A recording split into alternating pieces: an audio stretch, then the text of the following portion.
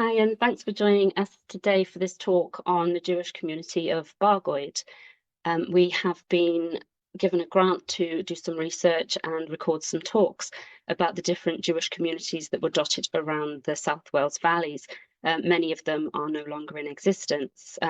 My name's Laura Henley Harrison. I'm a project officer for the Jewish History Association of South Wales, and today I'd like to tell you a little bit more about Bargoed. So the Bargoed Jewish community was small and very short-lived. It's believed that it was officially established as a community in around 1915. By the mid-1930s, it had vanished from the pages of the Jewish yearbook as an independent community, and it joined together with the congregation of New Tredegar, only holding their own services during high festivals such as the Jewish New Year. The smallness of this community has been reflected in the amount of information we have received in our oral history interviews, with only one tenuous mention. As part of this series of talks, I've been using as many of our oral history interviews as possible to bring the experiences of these communities to life in their own voices. As Bargoed's Jewish history is so brief, I will give as many stories as I have found, but also include some other relevant stories regarding other small valleys Jewish communities, which have formed part of our previous talks. Although the Jewish community became officially established in around 1915, Welsh newspapers confirm that Jewish people were living and trading in Bryn Mawr as early as 1905. As is often the case, the local newspapers are fast to make a distinction in the headlines when a Jew is involved in any situation, as here it is not just a hawker peddling without a license, but a Jewish hawker committing this offence. Lazarus Footless was summoned to court in 1906 for his offence of selling caps and slippers without a license in Henry Street, Bargoed. He was described in the article as a foreign Jew, even though it appears he had lived here for over 20 years, carrying out the same profession, and had always held a license previously. The migration of Jewish people to Bargoed would have mirrored the surrounding valleys towns. The majority of Jewish families decided to settle there due to the industrial boom and the expansion of the South Wales coal industry. Others would have settled there to be close to family members who had already made the journey from Europe or further afield. An example of this can be found in the Jewish Chronicle in 1906, where a young Jewish man named Fishel Rubin had travelled from Kiev in Russia to join his brother in Bargoed. He was 22 years old with 5 years' experience as a tailor. While in Russia, he was asked to join the Bund and take part in a general strike. When he refused to enroll, he feared retribution and was afraid to remain in the country. When he left Russia, he had £6, but he had to pay £2.10 to bribe officials to pass the Russian frontier. He then had to pay his own fare, which meant he had only 9 shillings and 6 pence to his name when he arrived at Grimsby. This meant that he did not have the required £5 to enter the country. He appealed this decision, and the appeal committee met that evening to hear the case. Can you imagine this happening so promptly today? Fishel's brother was away on business, but his partner, Mr. Jacobs, gave him a guarantee, and he was told to come to Grimsby immediately and bring a document from the rabbi and a magistrate certifying who he was in the community and the position he held in Bargoed. The Jewish Relief Society felt that Fishel was a desirable immigrant and that his brother would indeed supply employment, and they gave their personal guarantee. The appeals committee said that in any other circumstance, this young man would have been deported, as he would have been considered of the penniless class. Mr. Jacobs arrived a few days later with the balance books from their picture framing business in Bargoed, and he was prepared to sign a guarantee for Fishel's welfare. They had also already obtained employment for him in a local tailor's shop where he would receive 20 shillings per week. The Grimsby committee considered these sweating rates of payment, but they were assured that this was fair for the area of Bargoed. Interestingly, his employer was not Jewish, so he would be living elsewhere as he could not meet his kosher dietary requirements. Sadly, the appeal was not successful, and even after proving he was financially supported and had a job waiting for him, Fishel was detained in Grimsby for 2 days, awaiting a reply from the Home Office. When this did not come, he was deported back to Russia. The increase in population brought about by workers coming to the mines led to an influx in those who played a supporting role within these communities, those who ran businesses providing food, clothing, and household goods, which were usually the roles filled by Jewish immigrants arriving in the area from the mid-1800s onwards. It was often the case that these individuals arrived speaking no English or Welsh and with no financial safety net. Many started out as packmen, wandering through the valley towns with full packs on their backs, selling goods door to door.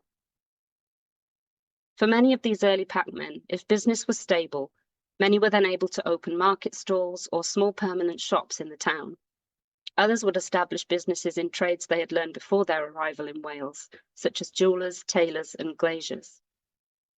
Although we have come across a very small number of Jewish people who did work in the mining industry, these are extremely rare accounts. Here, David Jacobs talks a little bit more about that. So you say from your work that mining was not a huge career choice then for Jews? I think that's probably right, yes. I think Jews went into things like pawnbroking, as my great-great-uncle, my great-grandfather's brother, Isaac Monat Jacobs, Isaac McJacobs, he was a pawnbroker in Abertillery. So they were more into serving the community? Yeah, shopkeepers, small shopkeepers. Well, they as they were in Eastern Europe.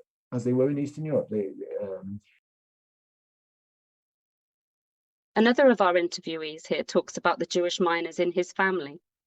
He felt that mining was not that rare of an occupation for Jewish settlers in the area. However, the more histories we gather, the more it appears that they were indeed in the minority compared to those providing goods and services. You mentioned earlier that your mother's family had a connection with the coal mines. No, my father's family. Your father's family, sorry. Yeah, I think my Uncle Sam and Uncle Jack went down the mine when they were younger. Is it unusual to have a Jewish coal miner? Not really.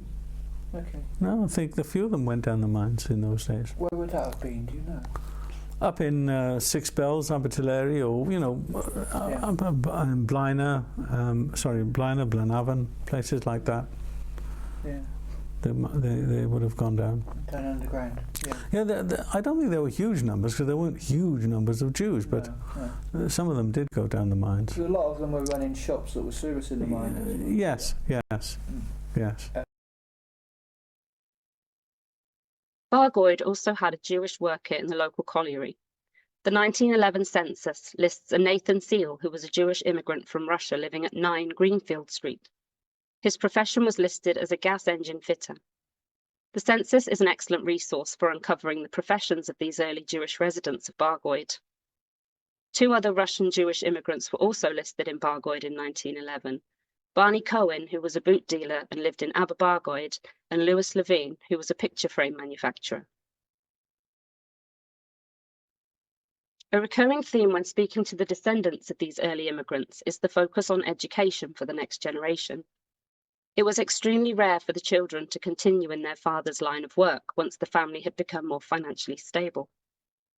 An example of this can be found in Bargoed, where William Wolfson is mentioned in the 1911 census. William was 33 years old and was an outfitter and boot dealer living at Rose Cottage on the High Street in Bargoed. The family were obviously doing well financially, as they also employed a general domestic servant. Their son, Leslie Joseph Wolfson, was born in Bargoed in 1908.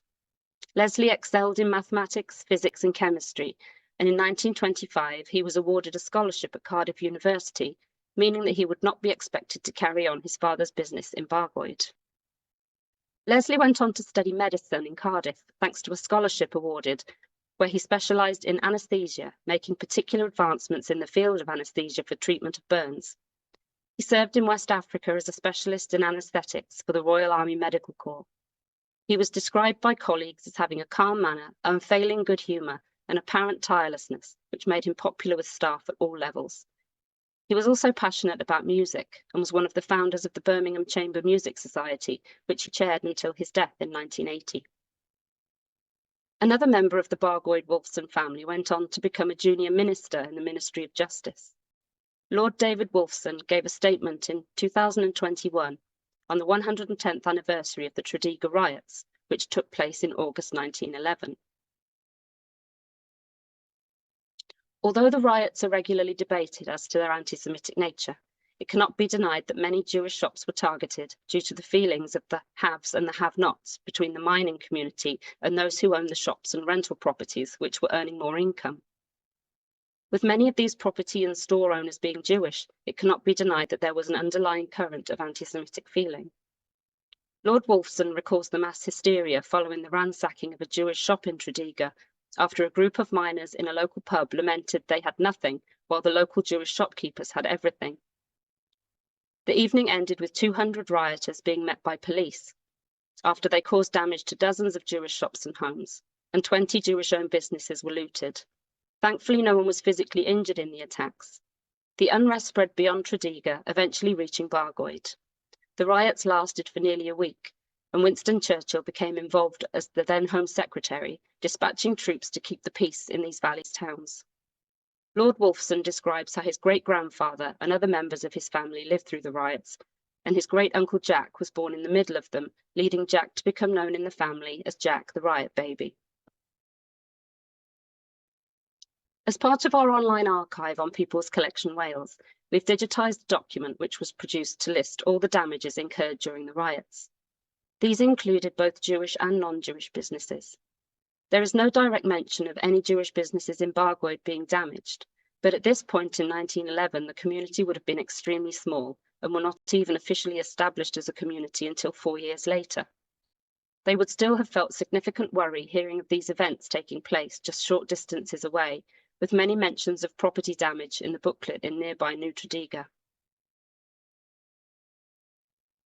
The Jewish Chronicle specifically mentions the crowds reaching Bargoed during the riots, with Hanbury Road being densely packed with people, and around 1,000 people had congregated around the Pierhead building. The police attended, supported by 30 additional men, and chatted good-humouredly with the crowds, which brought order to the situation from 7:30 that night. A more detailed account of the events in Bargoed appears a week later on the 1st of September 1911, where it does not appear to have been as peaceful as previously described. The police had effectively kept order on the main road, but crowds had also gathered in Chapel Street, moving to Cross Street and a back lane of Hanbury Road, where they threw stones over the roofs of Hanbury Road into the main street. The police immediately drove them away. The mob then moved on to West Street, where they threw stones at the pawnbroking premises of Mr. Shipko, but thankfully his heavy shutters prevented serious damage. The police had great difficulty dispersing the crowds, and they decided to call in the military. A detachment of the Worcesters arrived by special steam train within 15 minutes of the call. They arrived at Bargoed Station and poetically described in the Jewish Chronicle, "The troops were given orders to fix bayonets, and with the glitter of steel the company made their way up Hanbury Road and drove the crowd in haste before them. Although the body in front rushed for their lives, another section of the crowd made their way into the main thoroughfare and followed behind the soldiers, uttering derisive cries of 'Halt! Fix bayonets! Charge!' The police kept the crowd in the rear at bay, and the soldiers continued on to Gilvach. But as the crowd began to disperse from Bargoed, they still managed to smash the window of Mr. Rubinstein's premises, and also Mr. Levine, who had his picture framing shop windows smashed by dozens of stones. Some of the crowd returned from Gilvach to Bargoed, but were soon followed by the military, who succeeded in dispersing them with the threat of their bayonets. Mr. Levine wrote into the Jewish Chronicle himself in November 1911 regarding the damage to his premises, clearly concerned that people may try to put in bogus claims for reparations. He states that the only damaged premises were his own and Mr. Barnett, and that he was prepared to prove that no others were damaged. He goes on to say that only he and Mr. Barnett sent in a claim to the County Council regarding reparations. It's therefore surprising this is not included in the previously mentioned claims booklet. It appears that the Jewish committee handling these cases in Tredegar took great offence at Mr. Levine's claims. Here is a quote from their rather vitriolic response in the Jewish Chronicle in December of 1911. "We are quite satisfied with what we have done, and the Board of Deputies has approved our action in this matter. Mr. Levine seems very anxious to pose with Mr. Barnett as the sole sufferer from the riots in Bargoed. I can assure him I have no desire to deprive them of the glorious position to which they aspire."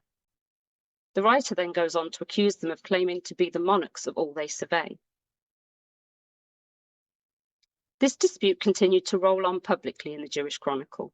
When the following week Mr. Barnett published his response, rather wonderfully telling the committee in Tredegar that should such an event take place in Bargoed again, he would not stand in his doorway and appeal to the rioters by stating, "Now that you have taken my trousers, you can take my life." He then went on to claim that no one in Bargoed who suffered any damage received or indeed required any assistance or relief, which is backed up by their lack of mention in the list of claims booklet. This public airing of the dispute continued in the press, when the following week Mr. Harris of the Tredegar community vented his anger at Mr. Barnett of Bargoed for attempting to elicit confidential information under threat of court action. Mr. Harris declared that Mr. Barnett stated several untruths, and he called them too grotesquely funny to induce any sensible reader of the Jewish Chronicle to believe that I have ever uttered them, and are a fair example of his epistolatory manner. The final instalment of this argument took place at the end of December, when a member of the Cardiff Jewish community, Jack Lewis, steps in to clarify that the riots were more related to labour disturbances than anti-Semitism, and that the Jewish Chronicle articles have exaggerated this to suit some individual views. He also offered his praise for poor Mr. Harris of Tredegar, who had come under constant public attack from Mr. Barnett of Bargoed. Jack Lewis ends his article, and apparently the whole debate on this matter, by saying, "I do not know your correspondent, Mr. I. Barnett of Bargoed, but I remember seeing a sketch of him a week after the riots in a local journal, and if his aim with his gun is as reckless as his writing with his pen, he will do a great deal of damage to local Jewry unless he is checked in time. Sir, those who know Mr. S. L. Harris, as we South Wales Jews know him, will certainly feel that he deserves great praise and not stupid abuse for all he has done on behalf of Judaism and charity."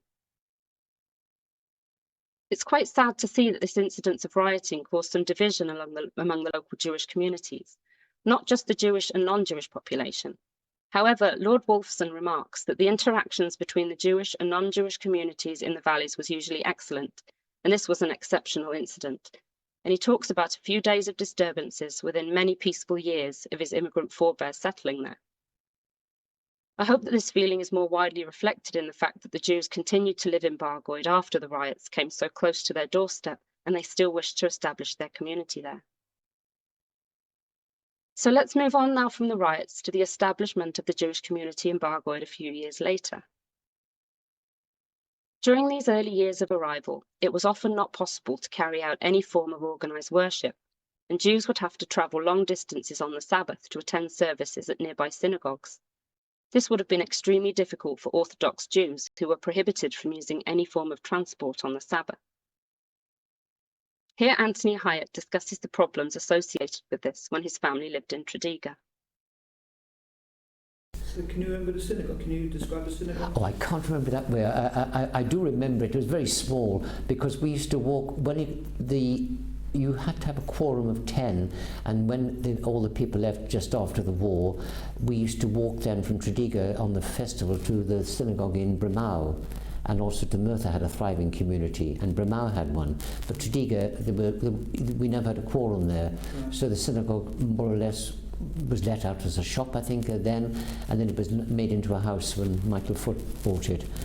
But I cannot remember, but I remember going to this, walking to Bramau, 5 miles, and I can remember going to Bramau, and nearly killed me, walking in on the evening of Kol Nidre, which is Yom Kippur, walking across Romney Bridge in the freezing cold with my grandfather and a gentleman called Abe Sherman of the football pools wouldn't let me go home and put me up the night in his home and took me back the next day by car because he wouldn't let me walk. I was only a little boy, about 7 or 8 years of age, and the weather was so... But my grandfather stayed in a pub somewhere and they wouldn't let me in.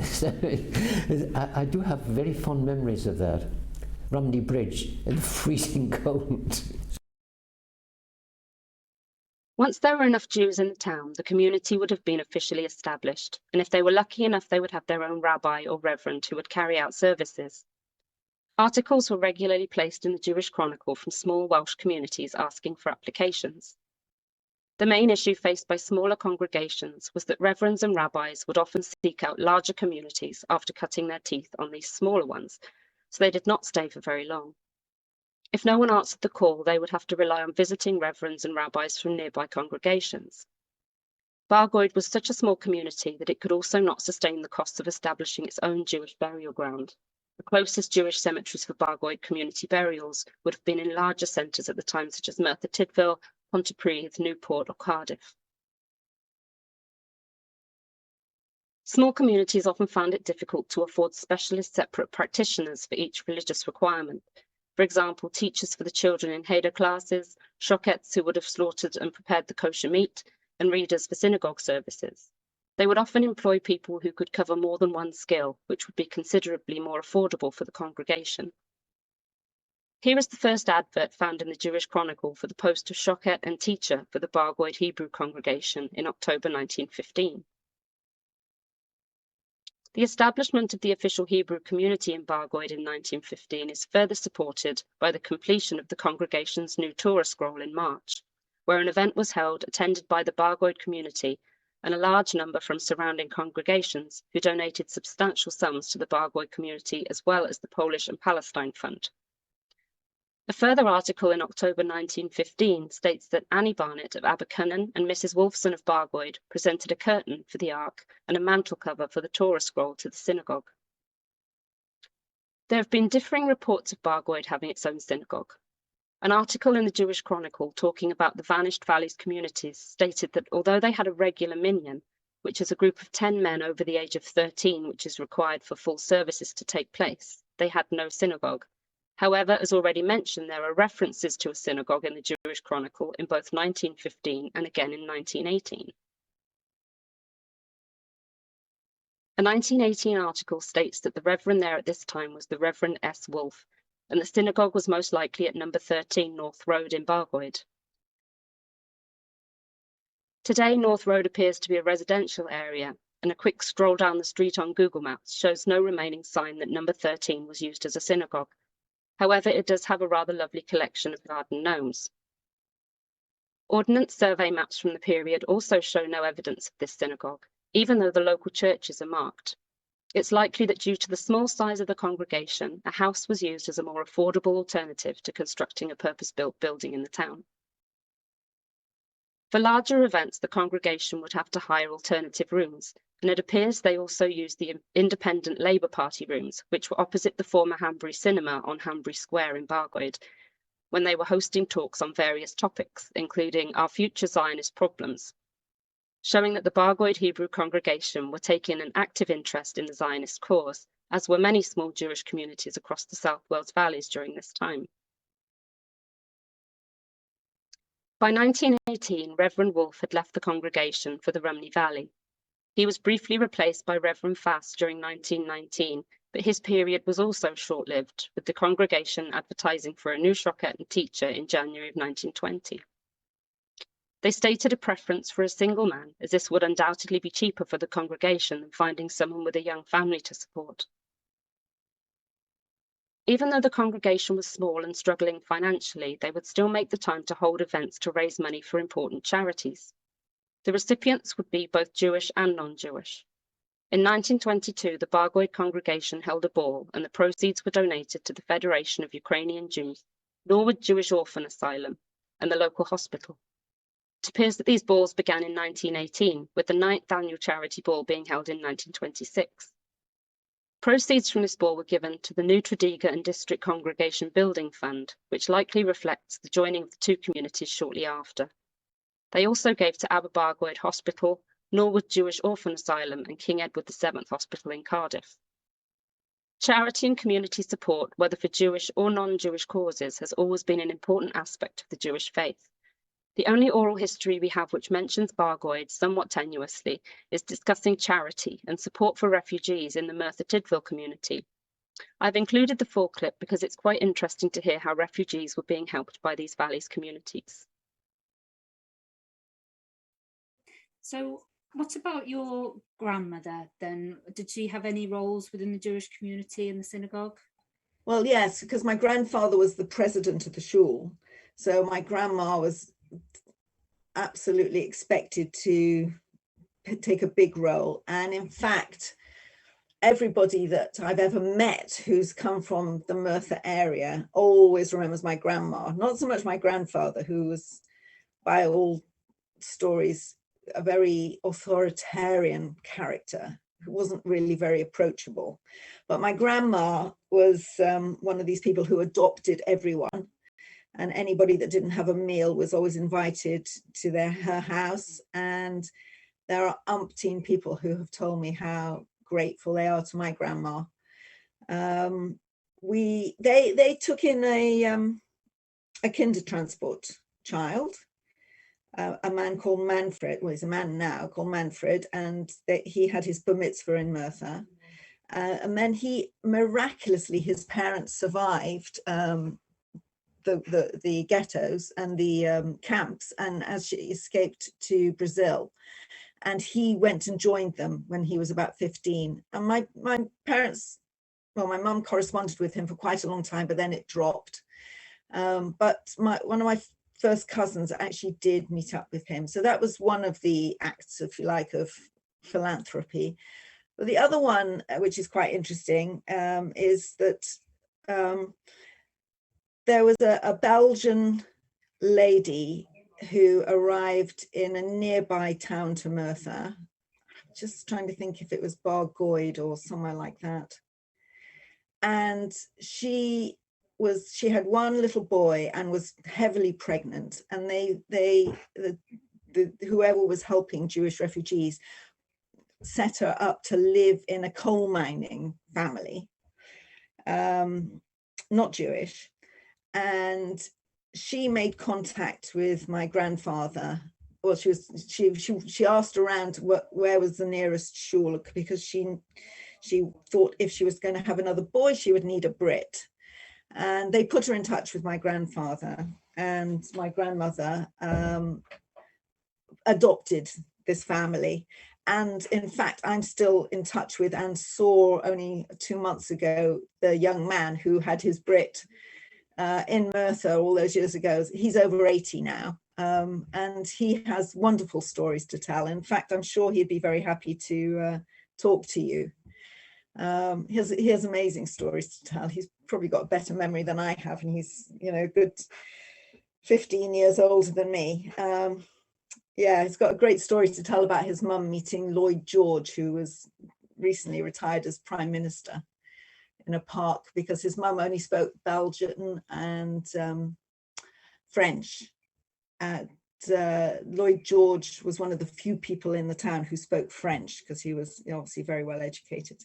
And so they used to meet in the park every day with my friend, as he is now, Lee, in a pram, and the other little boy next to him in the walking along in the pram. And they used to meet in the park, his mum and Lloyd George, to chat. And yeah, that's my Lee always tells me this story. But obviously the point of this is that my grandma was very instrumental in his life, and he is forever in her debt, which is why, in a way, he's always kept up the relationship with myself, my sister, and my 2 cousins. So yeah. That was another example of what she did in the community. Not only was charity an important focus, but also becoming involved in the local community in other ways. For example, the Barnett family, who owned a jeweller's shop in Bargoed. The Barnetts had originally come to Wales from Lithuania, and one of the sons, who was the first generation to be born in Wales, became a councillor, according to his descendant by marriage, Rachel Barnett, who was interviewed for the Hineni project. It was very important to the Jewish community to establish good relations with the non-Jewish community, and these public roles and charitable giving created positive interactions between the communities. Apart from the 1911 riots, I could not find any incidents of overt anti-Semitism in Bargoed in the press. The only report talks of the death of a Polish Jew in 1905. Henry Herman, who had previously lived in Bargoed before moving to New Tredegar, had been a well-known boot and shoe dealer in the area. He had a shop at Alexandra Terrace in New Tredegar. Henry, like most Jewish shopkeepers in the valleys, kept his shop closed on Saturday for the Sabbath, although he had not locked his door. A young man named William Jenkins entered the shop and asked to see a pair of boots. Henry told him the price and asked him to return later, refusing to take part payment offered, as it was against religious law, and he did not know the reputation of the young man. The events are unclear, but after William Jenkins left the shop, Henry was found dead shortly after. The coroner's investigation was unable to determine if his death was from a fall or a blow to the head. According to the article, Henry had visited his neighbour, Mrs. Poulton, where he described that the young man in his shop had threatened to give him a black eye because he would not accept part payment for the boots, and Henry indicated on his head where he had been struck by William Jenkins. Shortly after this conversation, Henry's daughter found him unconscious in his shop, and after rushing to Mrs. Poulton for help, the pair returned and found Henry dead on the sofa. The local doctor stated that Henry had been suffering from heart disease and that the mark on his head could have been from a blow or a fall, but there were no independent witnesses to this alleged assault. Jenkins' landlady said that when he returned home on Saturday, he said he had had a bit of bother with a Jew and she saw a stick in the fire. When questioned, Jenkins said that the deceased had refused to give him boots on credit and he threatened that he would try to stop his custom. According to Jenkins, Henry struck him, which led to him retaliating with a backhander to the face. Henry went inside to get his Pac-Man stick, which he threw at Jenkins, who then picked up the stick and took it home and burnt it. Due to a lack of witnesses and Henry's heart condition, the coroner felt that this death may have occurred due to an excitable condition. The jury returned a verdict of death by misadventure and Jenkins was released.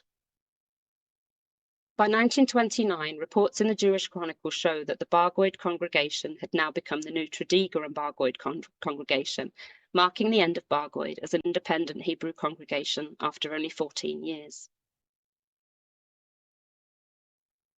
So I would like to end now by telling the story of Phyllis Barnett, because it's not nice to end on a death. Phyllis would have been a member of the Newport and Bargoed Hebrew congregation, but her appearance in the press shows that there were still Jewish families living in Bargoed in the mid-1930s. Phyllis was 18 years old in 1934, and she was school captain of the Bargoed Secondary School.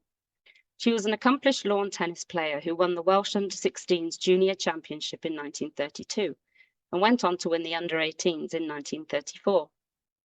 Miss Barnett was the first, and I would imagine only female Jewish tennis champion in Wales.